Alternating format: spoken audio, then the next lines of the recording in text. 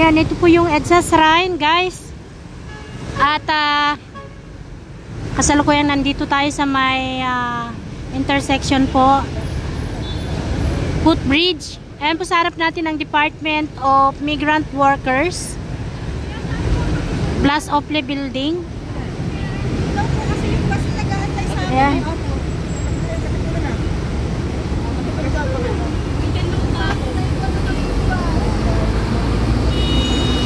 Andito na yung ating EDSA Shrine.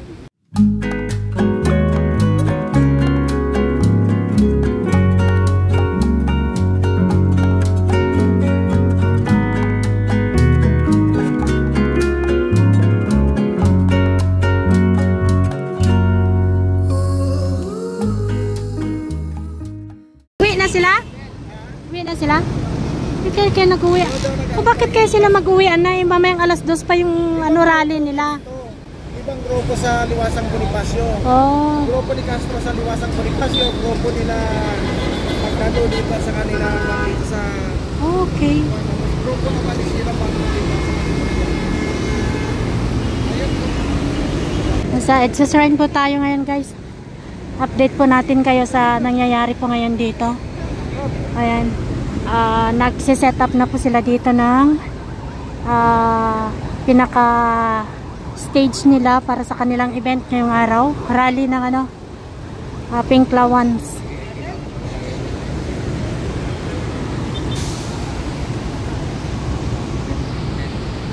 Ayan ang kanilang sound system.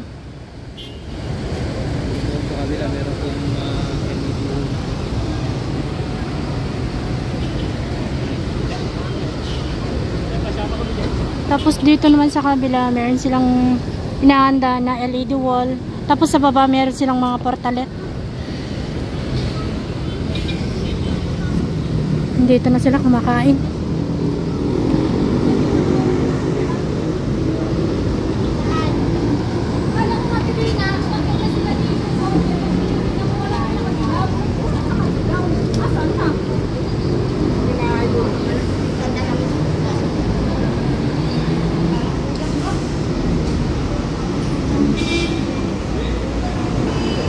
Dito naman, nakantabay po yung mga pulis natin, guys.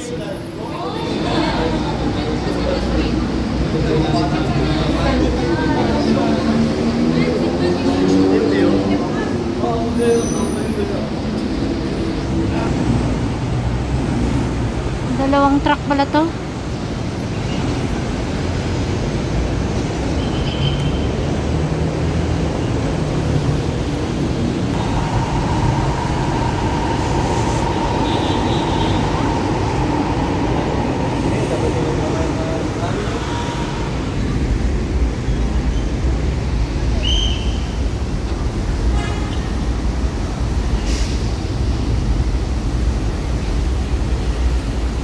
Dahil kay Sarah pero full pitch pala.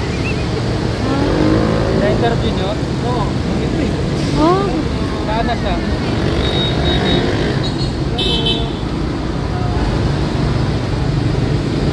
Ayun, sa babae, meron pala ng bayad, no?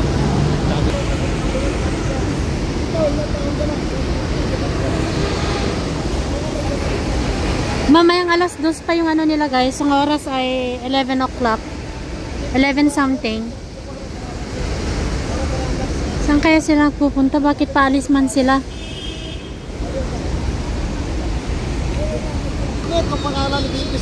Yung mismong kausap mo kanina, sir? Dito.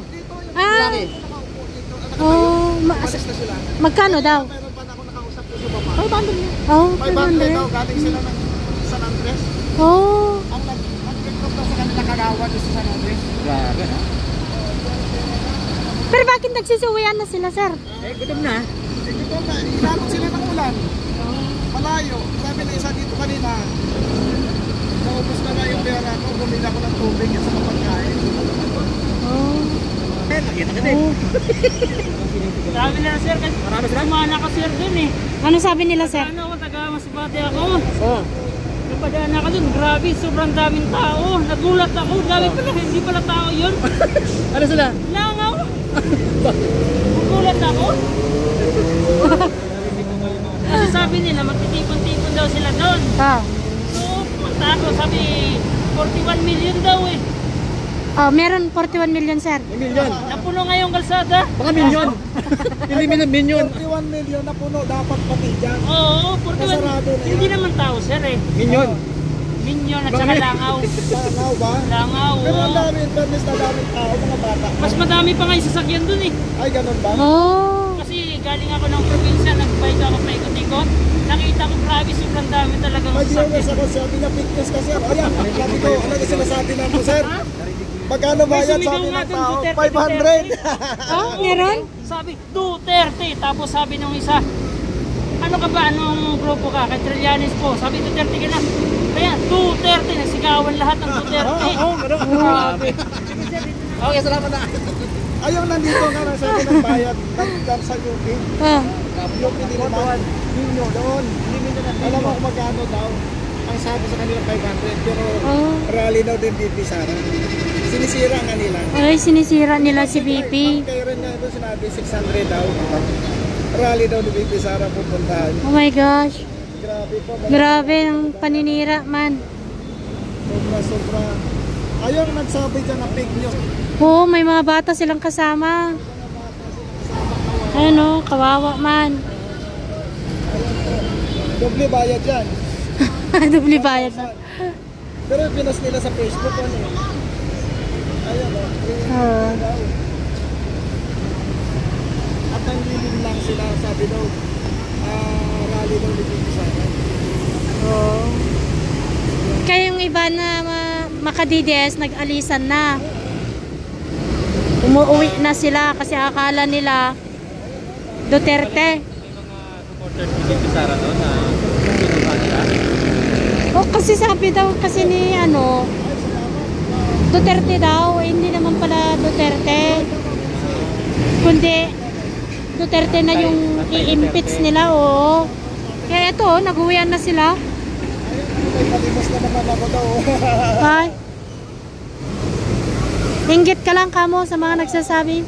Shout out kay Ma'am Wilson sa supporter niya sa So ito guys, magsisiuwian na sila kasi akala nila ano to, pro Sara Duterte.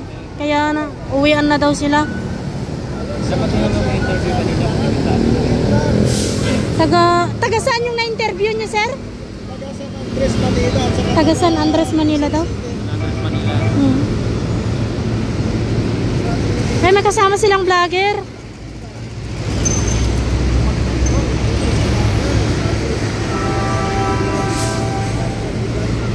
oo, si Inday Sara daw na magbibigay. Ano, i-rally ba ni Inday Sara? Kailangan na magbibigay si Ma'am Sara na siya yung i-impeach. Impeach Sara tapos magbabayad.